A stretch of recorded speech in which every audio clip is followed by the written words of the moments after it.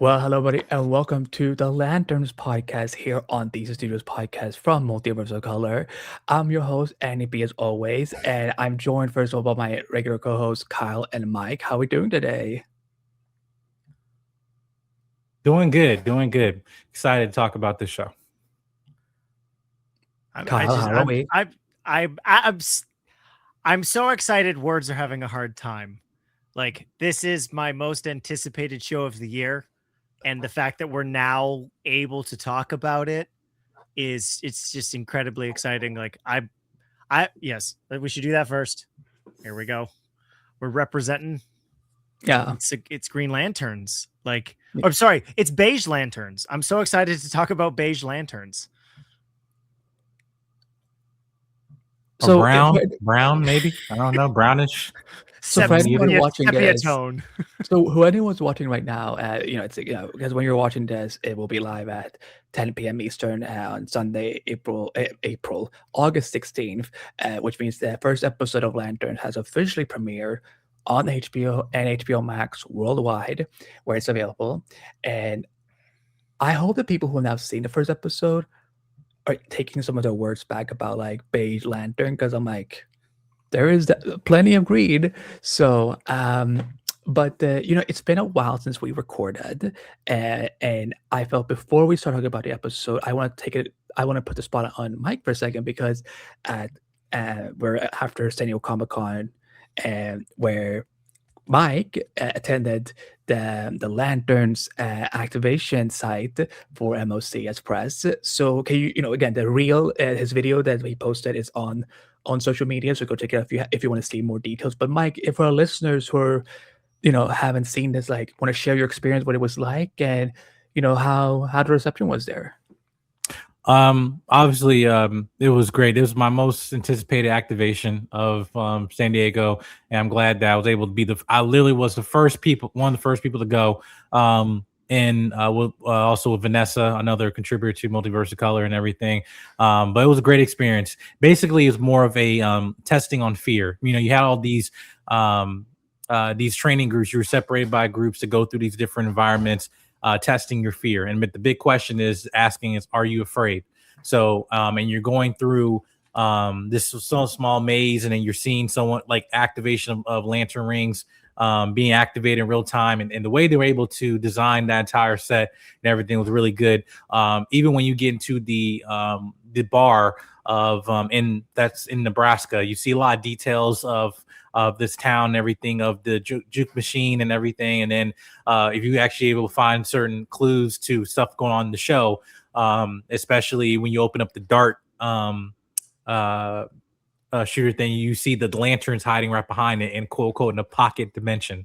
And so that was interesting. Then you had several people who represented Guardians who was giving us a speech to recant the lantern oath, and then have a beam of light come in, and we all got our rings and everything. And then they made our way to the bar, and we were able to get pictures and all that stuff like that. And it was a really good experience there. But I was kind of like fanboying a lot, just the fact of like, I waited 20 years for this character to really get his time to shine, and just that now that I'm in activation with it is just making it a reality that this show is coming out. And now we've seen these episodes, so it's just like in this industry where a lot of things can get announced and don't actually be executed. Long story short, I'm just glad this is the one that actually presented the final product in its full glory. So yeah, the road to Lanterns has been long, because HBO Max has, was trying to get a show with Greg Berlanti for the longest time, and then they had to redevelop, and then DC Studios obviously announced.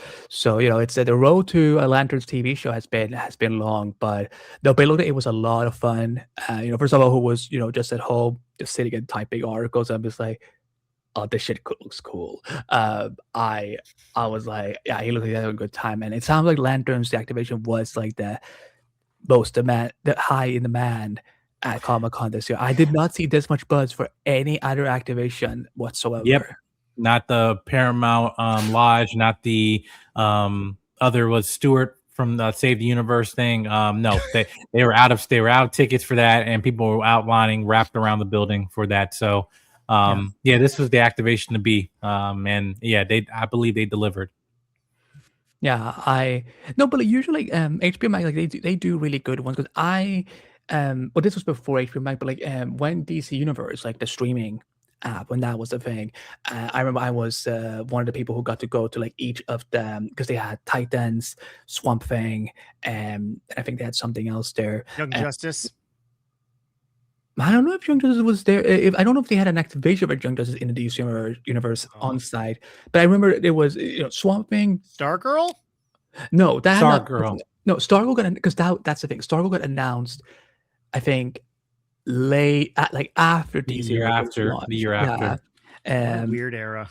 but I remember Harley Quinn was they had like an angry room where like you could go like smash things, and like you put on like a protective suit and like you smash mirrors and like with a baseball bat or whatever to get your anger out. There was a Swamp Thing, um, almost like a spooky like spooky like tour, like a dark forest or swamp. Titans had like Dick Grayson's apartment, and that I remember with like a lot of case files or whatever. So that was I always think that when it comes to Warner Brothers activation stuff, like they usually go pretty full out. So, but we're here finally to talk about Lantern season one, and we're gonna, of course, the first episode is now aired. So, last spoiler warning for anyone who's watching this: if you haven't seen it already, go to HBO Max right now. You can watch episode one because we're gonna talk all about it.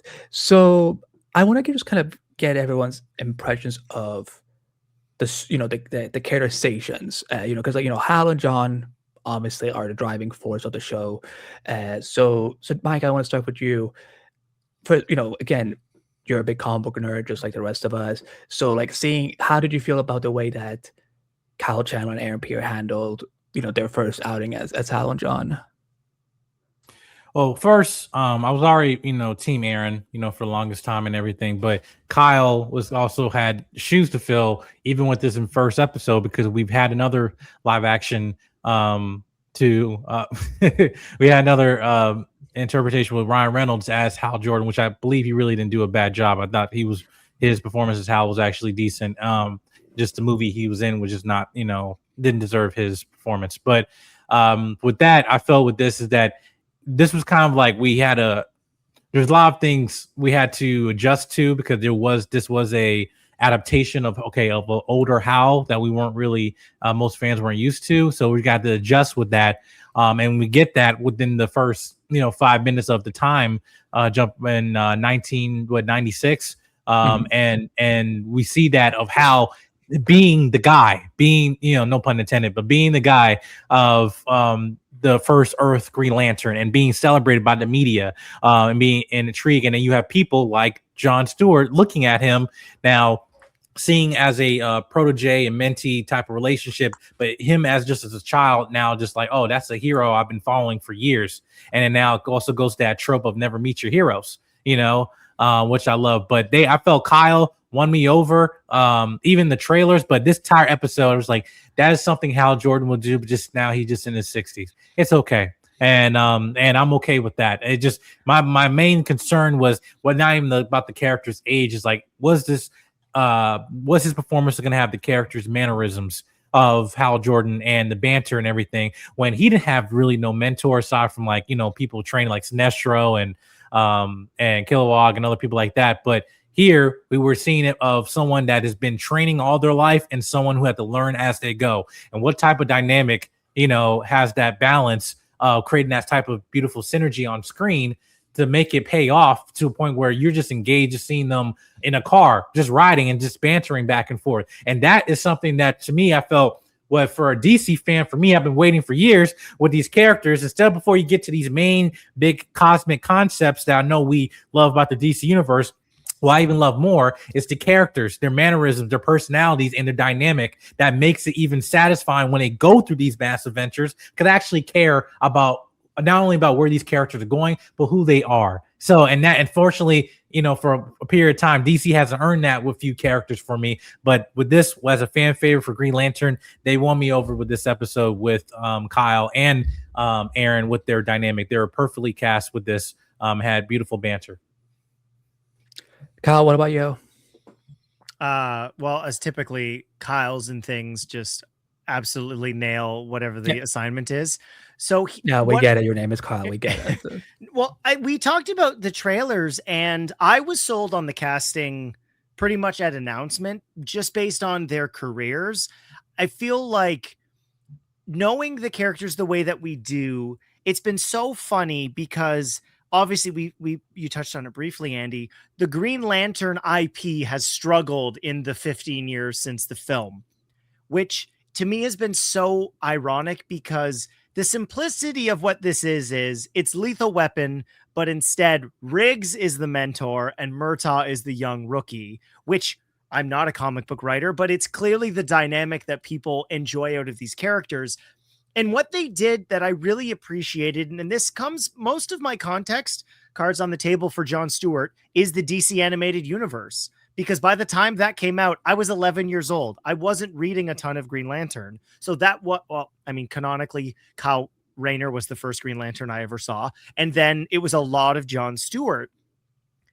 And the buildup of this relationship, the investment that all of the writers have put in exploring and giving us reasons why they are the way that we are, learning about Hal from the very first scene. Kyle Chandler's there. I guess we're in full spoilers, so it's fine. As the young Hal Jordan, and she's like, yeah, I have no fear. I watched my dad die. I'm like, nailed it. Yep, they got it. And then with Jon Stewart, this is the most in-depth we've gone into his origin story. And again, a lot of this is going to be my understanding of the story. If you're watching the stream, you see what I look like. But the context that they have in the significance in the Stewarts as a family and their significance to what they could be meaning having John become a Green Lantern. And then having that be the backbone for why John looks at Hal the way that he does. Like I did a short for this that you can also see on Multiverse of Color. The first 5 minutes gives you so much. And then we just happen to get another 55 or whatever it is, I guess 50 minutes of what this first episode is. But Jedi Mike said it the best way, and why not just DC, Marvel too. If you don't get the characters right, the investment in the extraterrestrial, the supernatural, the fantastical is irrelevant. Green Lantern, more than maybe any of the characters within the DCU, is about those guys. They're cops. What is their experience? And getting to see them wrapped up in what's going on with this episode. Like we joked in the first trailer, like, oh, it's very True Detective-y. That will get people through the door. But Kyle Chandler and Aaron Pierre have to nail this. And episode 1, as a pilot, is exactly the kind of episode you need for the first episode. It gives you the relationship, it introduces the overall story, and it gets you with where it's going. Like, I was enthralled. I watched the first episode twice because I enjoyed it so much. And that's coming from somebody where the bar was already incredibly high. All the trailers worked for me, and then I just finally got to watch the show that I've been waiting for. Yeah, for me, because I will preface this by saying, because for people who have seen, because some people who have seen my advanced review will know that I've seen the first 7, so I'm trying to make sure that I don't speak beyond episode 1. I would say in terms of the characterizations and the portrayals, I mean, listen, I was on board with the idea of an older Hal when the reports first started coming out, and that I mean, I hated the idea of Josh Brolin as Hal Jordan when he was like in talks, but once like Kyle Chandler entered the discussions, I was like, yeah. But I never thought we were ever gonna get Kyle Jordan in a superhero property. So like, for me, it was like a dream come true. So, well, we kind of know why they got him now, but we'll get there.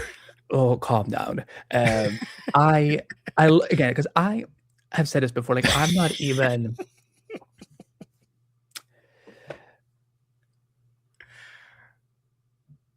Notice how like I sit quiet when they're talking, and then when I talk, Kyle starts running his mouth and distracting. So like just like for anyone who ever says Andy talks so much on these podcasts, which I've been told for the last 13 years of my podcast career that I talk too much, this is what happens to me now. I love what Kyle brought to Hal. Even like, again, Hal was never even my favorite Green Lantern growing up. It was John Stewart because I'm a millennial who grew up with Justice League Unlimited. So my first Green Lantern was John Stewart. And not even realizing that the Kyle Rayner character on Superman animated series that appeared, I didn't even like connect the fact that this is part of like the same organization or like superhero group or whatever. So for me, like for someone who like again has no like deep attachment to Hal, I'm like, but Kyle Turner made me just love him for how cocky he is, how rough around the edges he is, and the fact that we do get to see him around these different timelines and periods where like when he first became a Green Lantern and now where he is in 2016. So I knew like once they cast him, I'm like, this is just gonna work, because Kyle Chandler is, even though he's supposed to play somewhat of a douche, he's so charismatic the way he does about every role he plays that I'm like, yeah, I'm here for it. I've known Aaron Pierce since the Krypton days, which is an underrated DC show that Sci-Fi took away from me after only 2 seasons. But Aaron was great with what he got to do there. So now that we get to see him as John Stewart, I mean, listen, he is so much. He has so many of the elements that I grew up with John Stewart. Because like for me as a kid, when I saw John on TV as a kid, I'm like, oh, he is smooth, he's cool, he's intelligent, he's so laid back and chill, but also like he can protect a motherfucker so fucking good, and he has all of those layers, and that's why I think what Aaron brings to the live action version. And I was definitely not.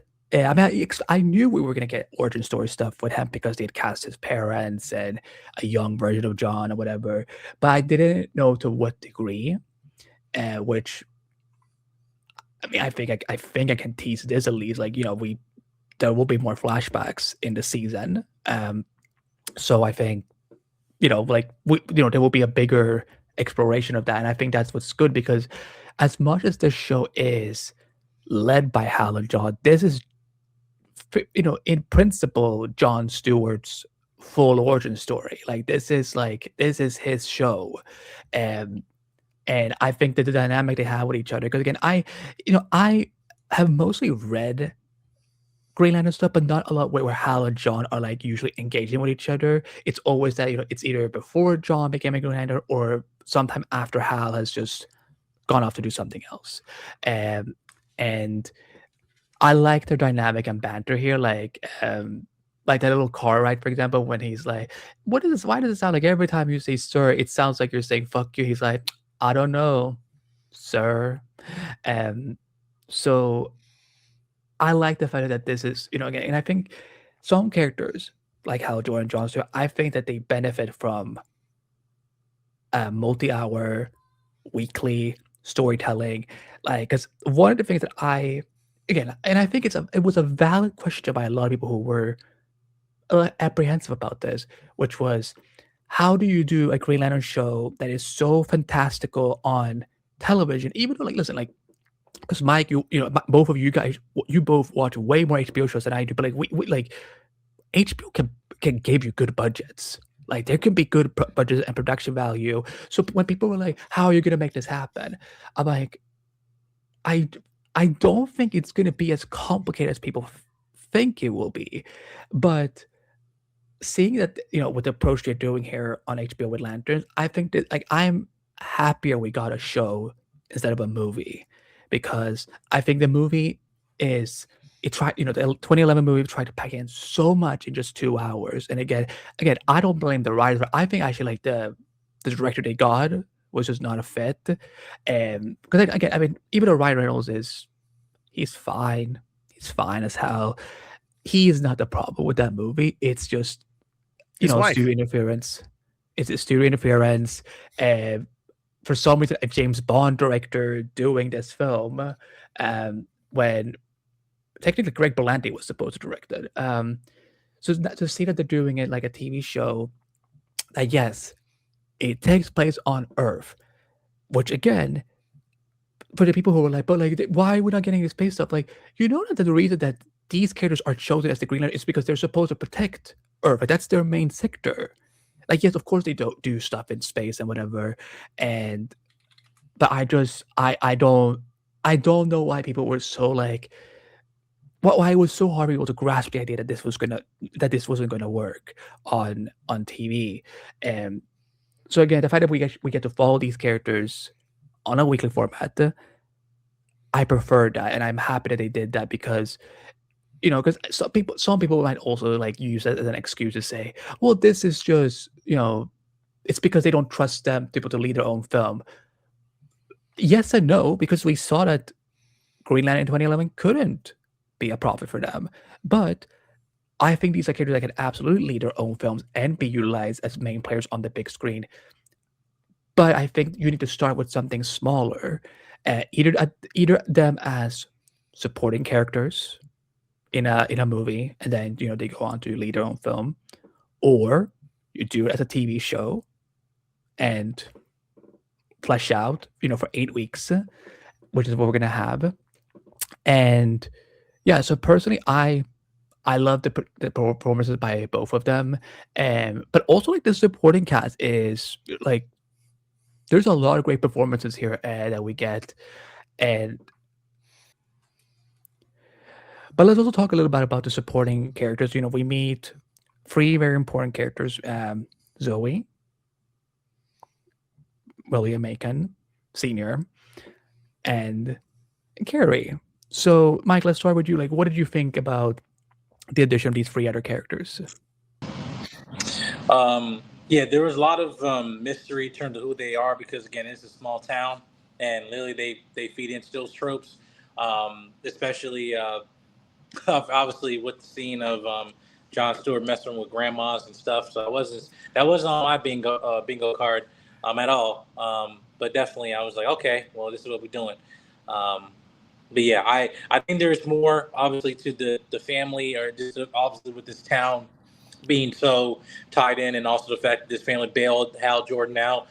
There's a reason for that, and it's not just about keeping aliens out of their town and everything. There got to be probably a more sinister reasoning for that. But yeah, I think at least it's getting me intrigued to see what's more to be revealed. How about you, Kyle? I mean, I'm not surprised that it's pronounced Pornay. Puna, I think. Porna. I just don't want to mispronounce her name. I don't know how to say it either. So yes, but I mean, this is a joke for the Deli Boys fans. Like, I'm not surprised she was getting lucky because that's who she is in Deli Boys, and she's just bringing that over to Lanterns. What is so fantastic about the supporting cast is very quickly it establishes the kinds of relationships that you only get from a series long drama. Like you talked about it, Andy, the benefit of telling the story this way is we get to sink our teeth into these characters. And it's not just, well, there's the sheriff of the town who doesn't like Hal Jordan. We actually look at the jurisdictional law with how Green Lanterns work in Earth Sector 2814, right? And that relationship between Carrie and Kyle is one of real comedy, but there's respect in there. And then you get to see that she's not just some country bumpkin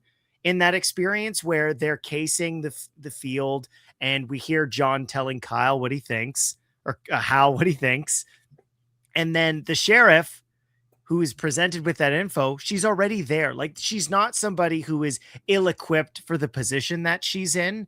And the social dynamic between her and the rest of them, it just presents so much more meat on the bone to explore, as opposed to this is just the Lantern show and here's what they're going to do. They're going to overwhelm the city. Or the town / it's close to a village. But these characters need to matter to the story, and the cast that they've assembled, like Kelly MacDonald is awesome. Garrett Dillahunt, that guy just shows up and you're like, oh, I don't like him. and the show's going to give you reasons why, and you've got to wait to hear what they are. But when you have great scripts and great actors to play these roles, it makes an ensemble much more entertaining and intriguing to watch than just, two really great leads. Yeah, when it came to Zoe, and because again, I knew she was like a potential love interest for John. Like I was like, this is HBO. This is why you can, you can get down with it. That get a little romantic, and then some. And listen, I think that it was good to see that these supporting players, including Zoe, they're not just there just to to be able to give the two leading actors like timeouts, so that not every scene is just with those two. They're there to serve a purpose and a story. So, again, it was kind of funny, like when she showed up at like the farm, and like we find out she's a grandma. First of all, like she because again she looks, this is the magic of us brown folks, is that we can look old, we can look younger than we actually are. Because I thought like grandma, like this is because I thought she was like close to John's age, but and I love that like William gave this like it was just like without saying it word by word, he's like, yeah, I know you fucked my wife. Yeah, don't take food off another man's grill. Yeah, so like and Hal's like, what did you do? And he is so confused. And they're like, we've only been here for one day, and this is what's already happening. And I love Carrie. Like, I love, because normally, like, I'm not very, like, in favor of propaganda that Hollywood has this huge obsession with. And, but, like, when it comes to, like, these, like, smaller towns, and, like, like a sheriff or whatever, and they're not depicted as like I'm in charge of this town, but I have no clue what's going on. But in this case, she is like she's like the anti-Hal, like Hal can't break her. Whereas with John, I think there's a smoother understanding between the two of them, because I think that she sees that John isn't full of himself the way that Hal Jordan is. So and there's and the thing is that there's great stuff coming up for all three of them in the season. Um, but like as far as the supporting cast goes, like I'm like, because even I was wondering like who are all these characters they're adding and why they're here. Because because one surprise I did have going into the show was that that we didn't have a lot of characters from the actual comics. Like there are characters from the comics throughout the show. We know that that's been announced, but I was surprised that it's mainly just the two of them, and then all these newer players. And so, but no, I like what was used of them. In terms of the overall story, because we're dealing with multiple arcs here. We're dealing with John's upbringing. We're dealing with this mystery that they're investigating. We're dealing with. Can we talk about it now? Okay, let's get to the end. Okay, can I do it, please? Can I do it? No, you can't. I will. I'm the host. So, you know what? I've been doing this for over 13 years. So if I want to talk about it at a certain point, I get to do it. That's how much of a diva I am. Shocking. Yeah, exactly. Hal Jordan is dead. Sucks that it leaked. Like, I cannot believe that some jackass who had screener access decided to abuse their access and go and leak one of the biggest plot points of the show. Because that's the thing. Notice how there was barely any other spoilers that were getting this much attention as the whole Hal thing. So we find out in the present timeline that and we see Jon Stewart, he's fancy dressed, he has the famous goatee. Yeah, like listen, like he's JLU coded. JLU coded. It's so JLU coded. Like I almost hope that he and Phil Lamar one day get to meet and just do something together, because it'd be so easy. Just get both of them to do the oath. That'd be so cool. Yeah, but we find out that someone has killed Hal. We meet him. We meet in 2026. John is there because Carrie has summoned him, and they discover Hal Jordan's dead body, and that's the that's the end of the episode. So And his ring is gone. yeah, his ring is gone. Michael, Mike. Why did I get so formal? Jediah okay, Michael. how did you feel about the choice of them revealing that Hal is dead in the present timeline for their first episode? Is this a mystery that you like that they implemented? And what other thoughts do you have about it? So I already knew. So this is the thing. I didn't get spoiled or anything because I literally watched this the first episode, and I'm just like, okay.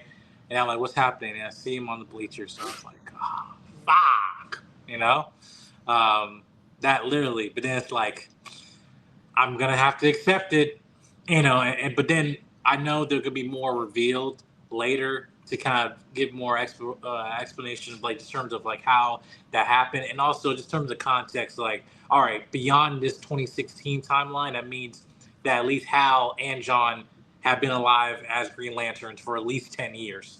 So that will add another dynamic too of like, okay, well, at least you had history within the DC universe, and it's just not seem like the biggest guy that now we're just getting ready to be introduced to us is now dead. It's more interesting, and also this mystery too. Like, hey, what's going on with the hologram?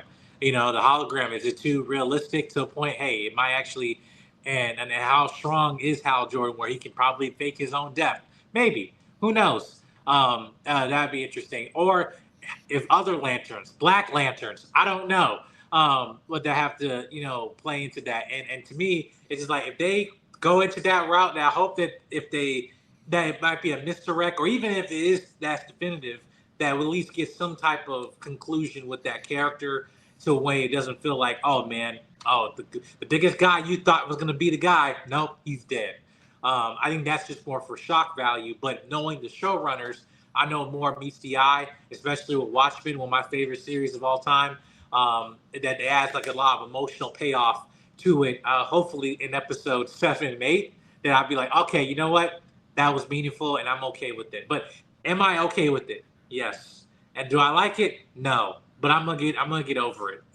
Obviously, because it's good television, and it's a mystery that I care about. Like, how the hell did that happen? And where is his ring? If once a user dies, the ring goes somewhere else. So where does that ring go to? So that's the question. So that I'm left here. So I'm just glad it's not Parallax mess going on here. I'm just so happy. I'm just happy. Well, Kyle, go off. Happy with that. Kyle, you want to continue? Go off, King. Like, okay. I mean, the leak was a thing, and as a lot of us talked about, it's like, oh, they're going to do Parallax, because so cards on the table. Obviously, we're Multiverse of Color. We know Aaron Pierre is going to be in Man of Tomorrow. It was abundantly clear to anybody who's really kind of inside this. Aaron Pierre was going to be the Green Lantern for the DCU. As a general Green Lantern fan, of course I want to see Hal Jordan. And what's this? It's a threefold thing that to me solidifies their promise when they pitched this show.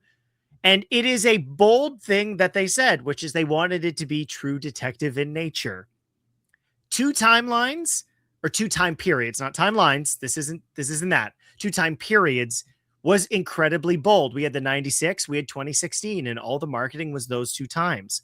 And to Mike's point, to jump to 2016, to see GLU, Aaron Pierre, it establishes that time jump, the significance of what's going on, as well as Hal being dead. What this did for me that was so satisfying was it is a mystery worthy of telling the story. And you know what this is so funny about this?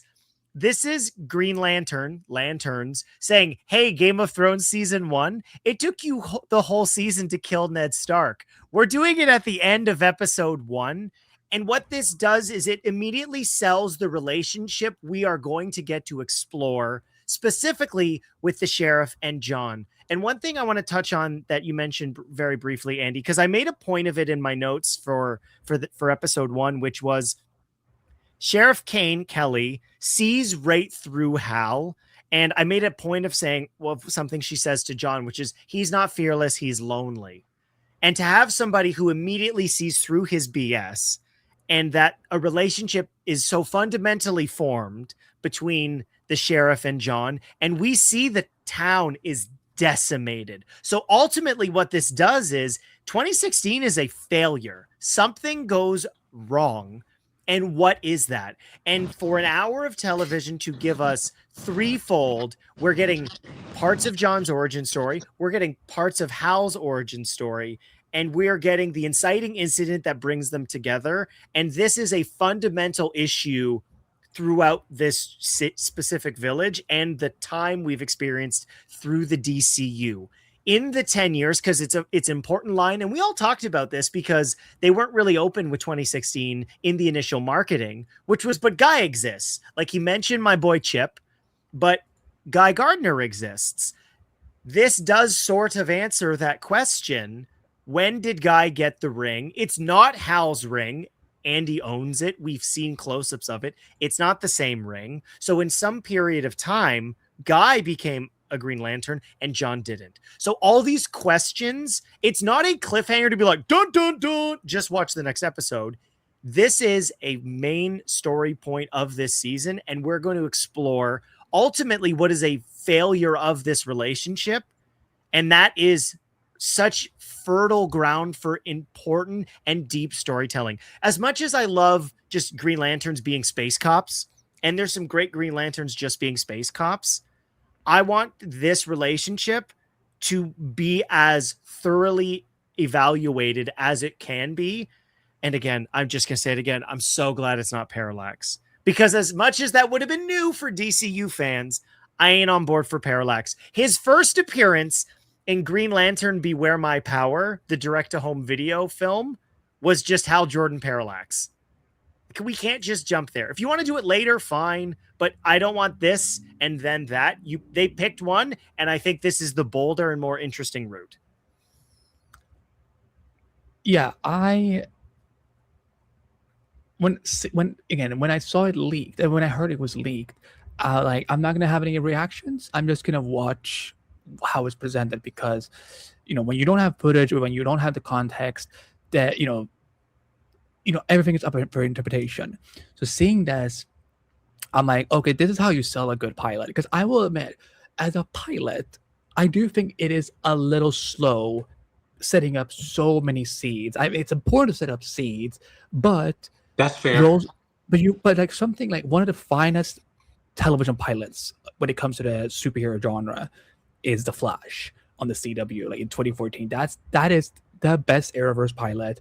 That's the pilot that I think that more comic book shows should follow as an example, like a good foundation for characters, and then also give you a good mystery. Because at the end of the episode, not only do we find out that something's going on with Harrison Wells, but also that the future future newspaper headline. So I think having Hal die at the end of this episode, it reveal that he has died, is a good sell. Again, because this was really True Detective meets TC.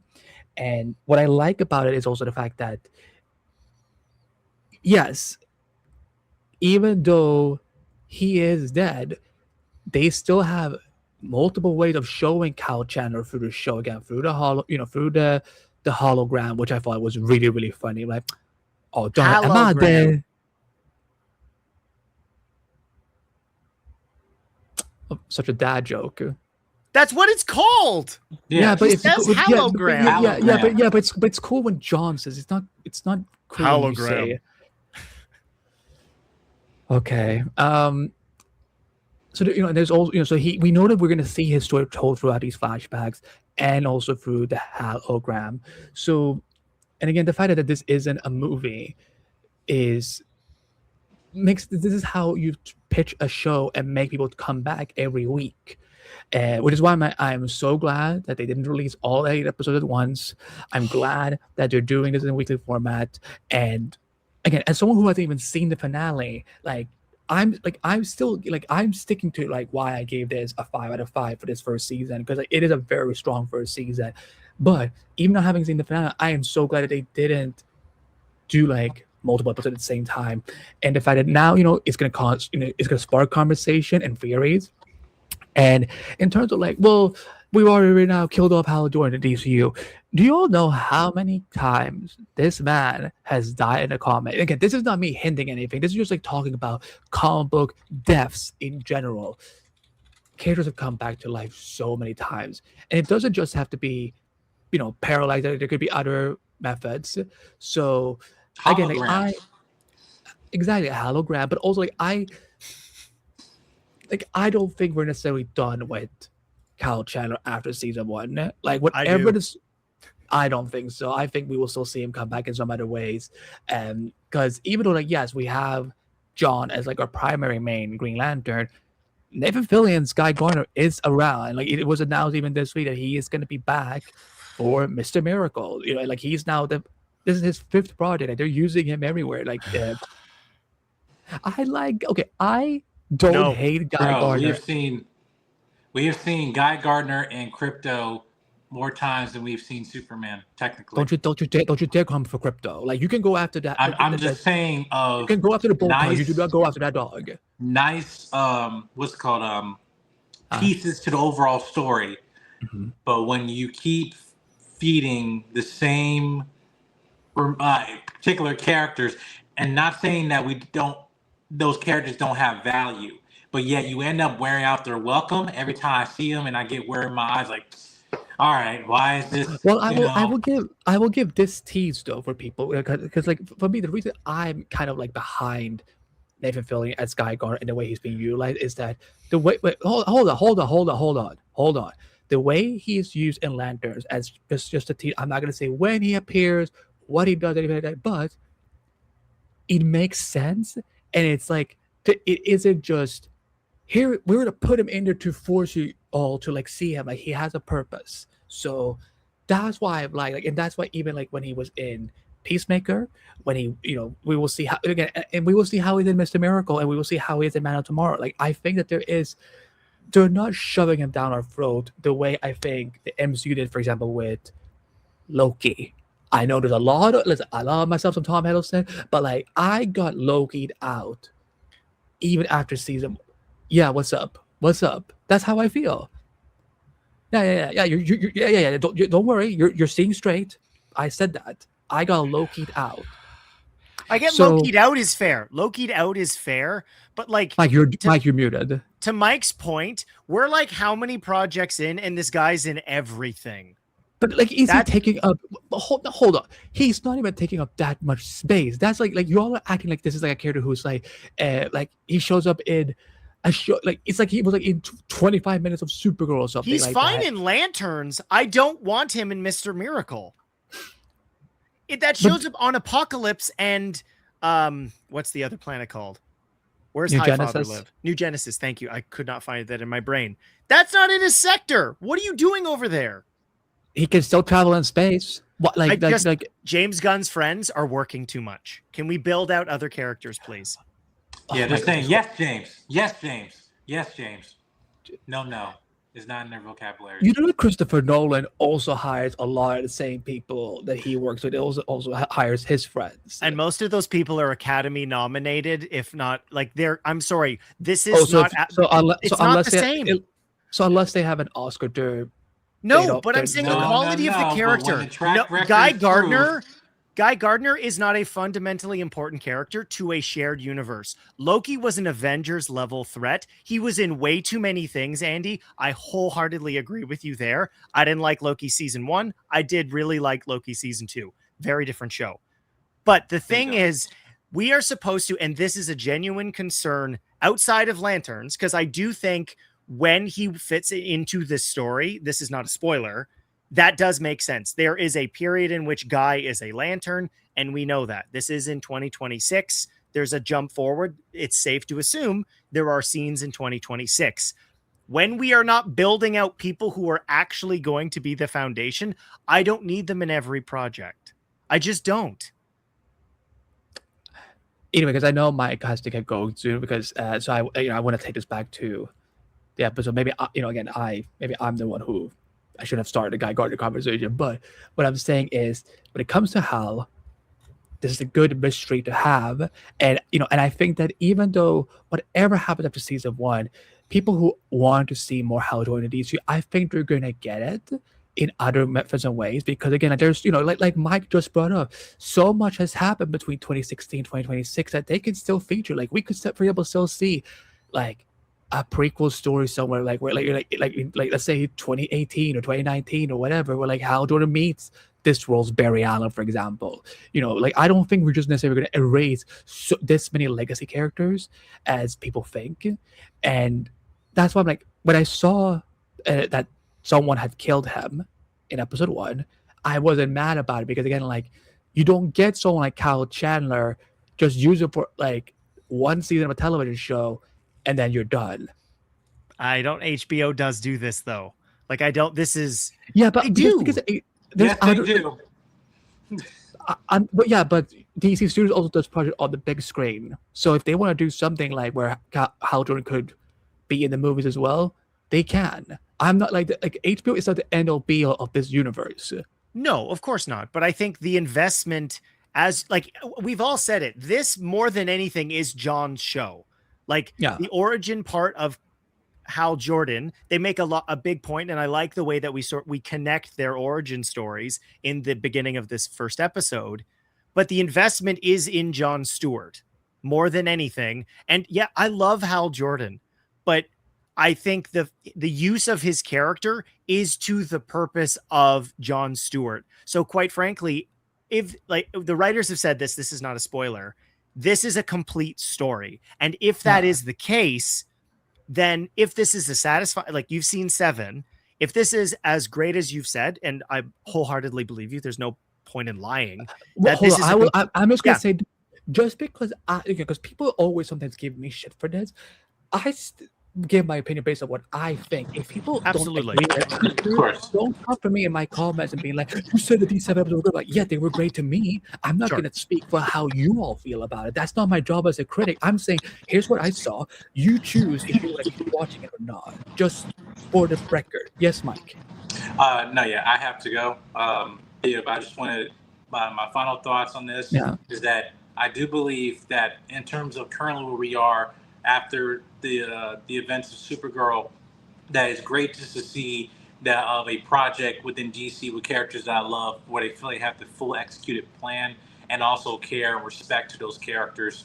And yet beyond with the potential that they have down the line, I am looking forward to, and I think the more of at this point in the conversation, we're just kind of assuming like where they can go. Alternatively, we have not seen the final episode, which can completely change our minds. So I rather we'll just wait until we get to that point, and then we can reconvene to talk about possibilities of the future. But so what they have done, bravo to them, and I am definitely excited for see the fans' response and discourse to people who don't read comics and folks act like they do. So anyway, I just say I'll touch base with you guys. I'll write an article for this show at the end of the season.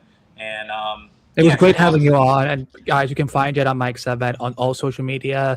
I will link it to it below. You can find his YouTube channel and of course all of his coverage on Multiverse of Color. There's still more stuff coming up. So, but it was great to have you on again, and we will make sure it happens sooner rather than later. Absolutely, absolutely. All right, peace and chicken grease. Peace.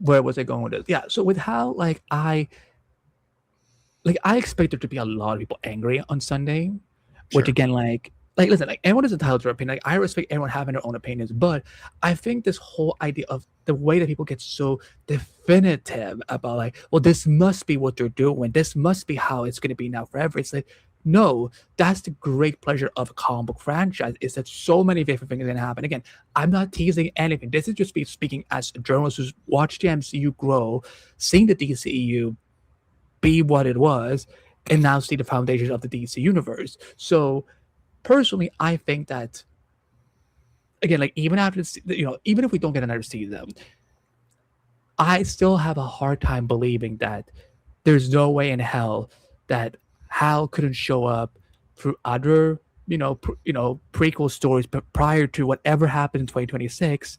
I cannot imagine them not even exploring that idea, because again, one of the great advantages of this DC universe is that we're picking up with many of these heroes are being established. Superman is, I think, 2-3 years into his run. Batman has been around for God knows how long. Wonder Woman is clearly out there somewhere. So it is possible. It is absolutely possible that we could see, even like, because Dave's even said it, Clayface takes place prior to the events of Creature Commander Season 1, because now it's been confirmed that is the same Clayface. Yeah. Which I said, I have a lot of questions about how he goes from where he is in Clayface to where we see him in Creature Commander Season 1. But again, I'm still like, again, but that's what makes me curious to keep watching. Of like, instead of like, because so many people, but like they will hear a detail out of context most of the times, and then make their extreme judgment and be like, oh, it's a failure, they're already flopping. It's like, well, like, no, but what if, like, because so much can happen in between. Let's say if Clayface takes place in 2020, yeah, something like that, yeah, and then Creature Commandos takes place it's a year before. Yeah, Relatively, 20, I think it's 24. Yeah. So in 4 years, this actor who has now been transformed became a part of the Manosphere. Exactly, like his mind could be in so many bad places. Again, that's not me defending him, because like if you're in the Manosphere, fuck you. But there is a way to explain what happens in between those couple of years. Now, if it's one of those things like, oh, he just goes from this to that in just a flick of a switch, that's bad storytelling. That doesn't feel real. But like if it's like as he gets further down this path between 4 years, it would justify it. But again, so like even with this whole thing with Hal, I'm curious to see where this is going, and I hope that people will be, because also it's like, I love that there's like people who are like acting mad when they're likely not even like Mike said, they're not even comic book fans, but like they're not even likely Hal Jordan fans, but they're just being mad for the sake of it. But of course, if the mystery is told in a way where it actually doesn't lead us to a good payoff, then it's bad.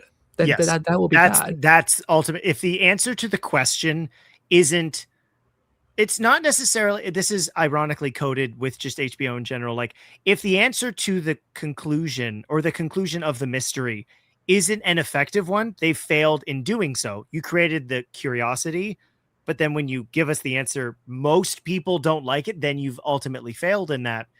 Yeah. And at the end of the day, we're really talking about what this first episode does. And pilots have to do a lot of work. You've mentioned it. They have to lay the groundwork of so much stuff. And we need to see like what comes from that, what is built on top of that foundation. And the foundation of this show is a Green Lantern, who is a reluctant mentor, because we're already getting the idea that there's some politics going on with Hal and the Guardians. Why is this the case? One of the most basic Green Lantern things ever is you die and then the other guy somebody new gets the ring, right? That's how Hal got it. We don't know how Guy got his. Maybe that's a part of the story. I don't know. But overall, I'm so happy that I had such high expectations for what this was going to be. And the best thing in a show like this, where you've clearly thought out each episode as its own individual story, which this is, and then lay the groundwork for an overall seasonal arc that's supposed to be complete by the end of it, that's gratifying to a character and a universe within the DCU that hasn't been explored in a decade and a half. Yeah, exactly. And I think that what's good is that, because you could tell that when you're watching the show, is that, and this leads into one of the like final things I want to discuss, is that you see that they're not pulling for one particular take of Green Lantern. Like how not this. It's not this. It's not just that. I think it's a mixture of things. It's obviously because you have the comic book writing aspect coming heavily from Tom King, who I think he has a very particular vision of the Green Lantern Corps. And then you have someone like Damon Lindelof, who has, he knows what Watchmen is and was, but added to it, not erasing anything, but expanded upon what happens after Watchmen. He knows Like what the skeleton is that's important. You can't change that, but everything else around that it's his own idea, and it built into a phenomenal show. yeah, like again, like that's the thing. Like I was also like again, I had a lot of high expectations, and the pilot works as a good sell. Again, we will see what other people think. And like I hope people will chime in, in comments and let us know what they think. But for me personally, like I think things just keep going up from here, in the coming episodes. So, and what we're going to be breaking down every week. And then we will, for the finale, we might do a live stream, because again, I actually don't think they're gonna send out the finale. I think that's the one where they're like, there's spoilers, and I don't think after what happened with this situation, I don't think like I think they're gonna be more careful. And it's it sucks. It generally sucks that people who, and it was probably people who got access for the first time, decided to abuse that privilege. Because like, listen, like I've been a journalist for 15 plus years. I will never stop reminding people of that, because people like to question my place in this field. So I'm going to be a diva and just remind everyone that I've been here for a long time. And I had to show and prove myself to networks and studios that I had conversation with regularly, that I can be responsible, that I can be protective and keep things under embargo and behave the way that journalists and critics should be doing. So the fact that it does, like, it sucks that the Hal Jordan thing leaked, but I'm hoping that people who watch the show, when this is aired on Sunday, will get an interest for it and see where it can go in the future for these next couple episodes. Last thing I wanted to ask you, Kyle, is so there are constructs. There's a lot of green. How did you feel about, at least from episode 1? Like, was there too little, or did it make sense that it was too little, or was there enough and it made sense? Well, what's so funny, like I for listeners, this is how my process with the HBO series specifically, but whenever we're getting screeners and access and everything, and I've obviously not been in the industry nearly as long.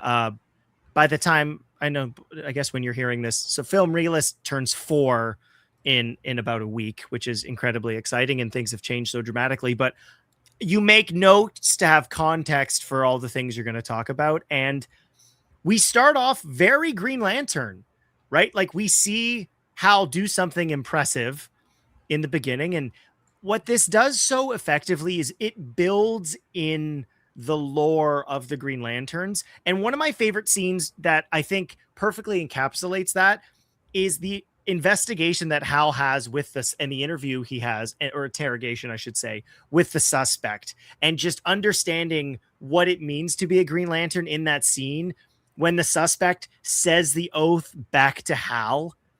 And he's at this phase now where he's just kind of like, yeah, I guess if I have to use it, I will, because he spends most of the show just kind of walking around, right? Like we see him. Wait 1 second.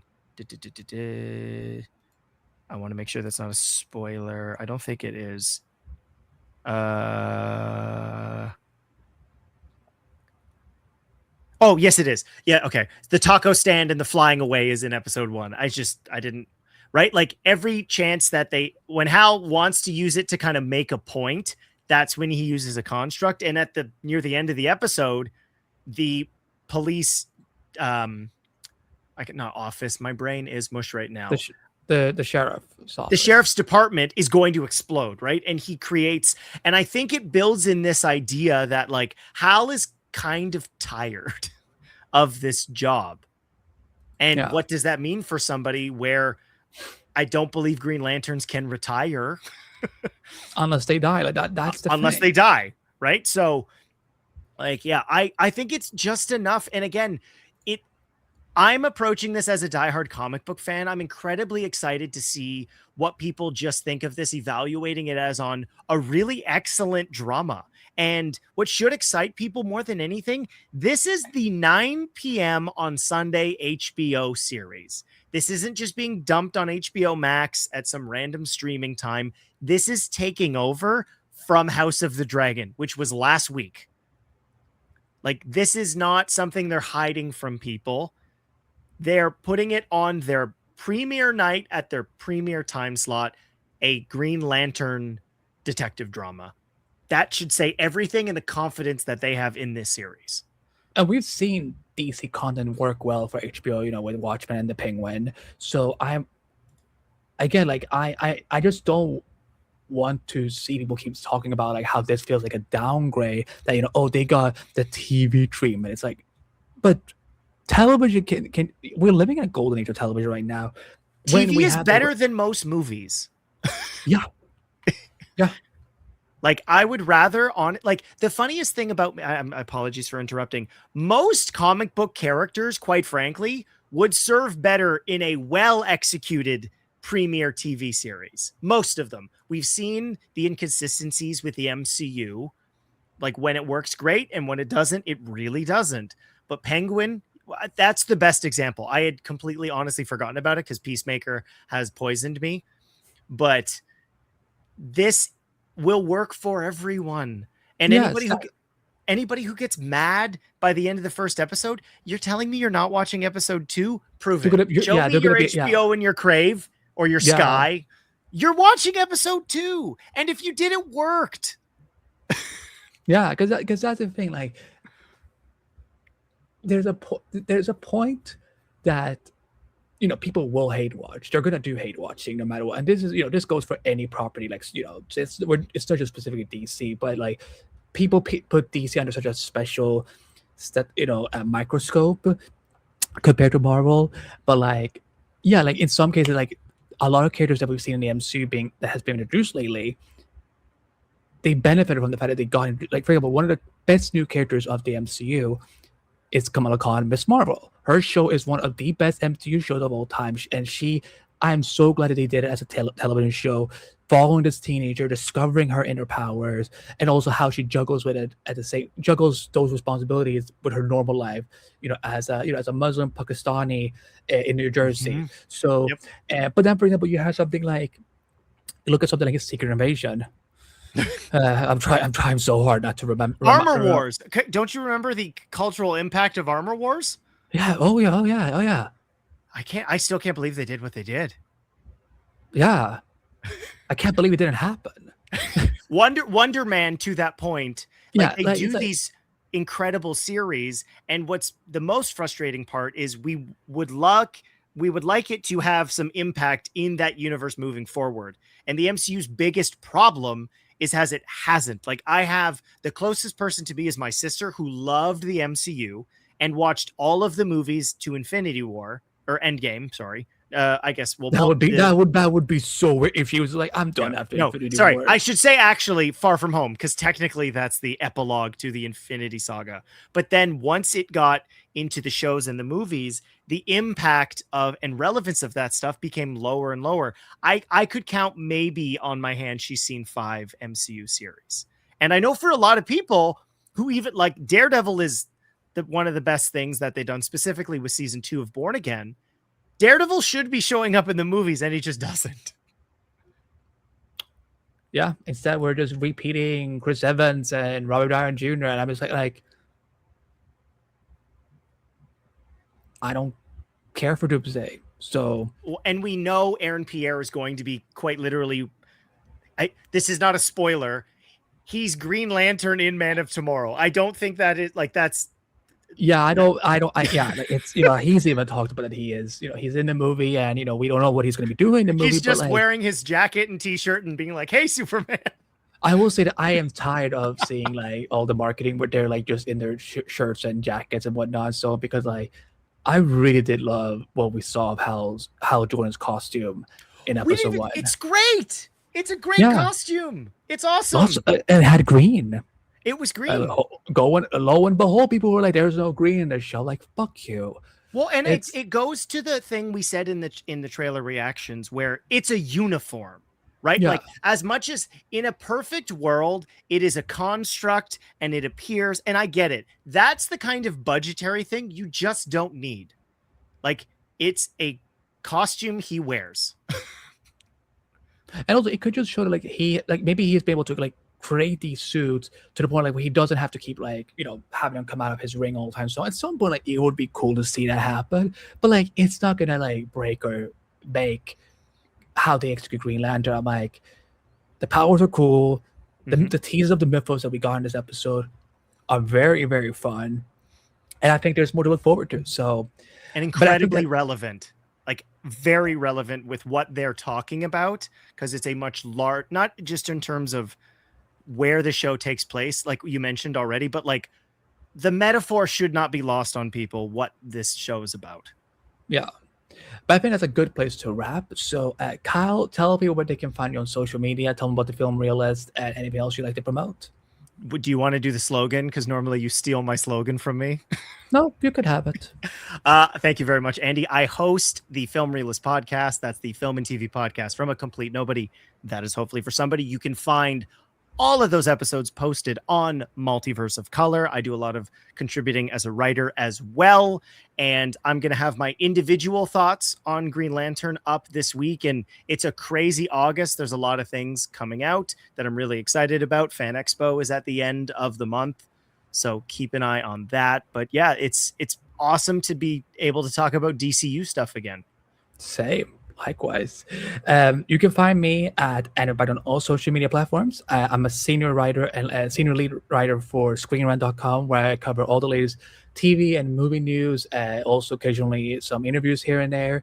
I'm also the editor-in-chief of multiverseofcolor.com, where I had the honor of chatting with some of the cast members of Lanterns, which at the time of recording, I don't know if those interviews will be out yet. Some of the things I talked to them about are spoilers. So, you know, some things will be spread out throughout the coming weeks. But I look forward to that on multiverseofcolor.com and on our YouTube channel. You can also, if you want more thoughts on what I thought about Lantern Season 1, I have my written review on Multiverse of Color and also my video review on my YouTube channel, which I'm going to be going live again in September, starting, you know, to just live stream Marvel's Wolverine, because I'm so excited for that.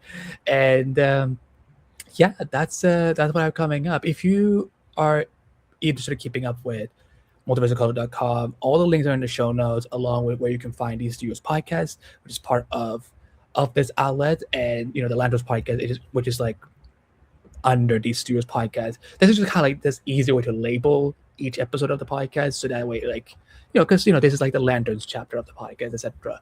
You know, we did this with Peacemaker as well. So, all the links where you can subscribe are in the show notes, where you listen to your podcast at, and also if you want to watch it on YouTube. So keep up with us as we cover Lanterns on a weekly basis. But yeah, on that note, hope you all enjoy Lanterns and look forward to seeing your thoughts on the first episode and the rest of the season. But until then, have a good one.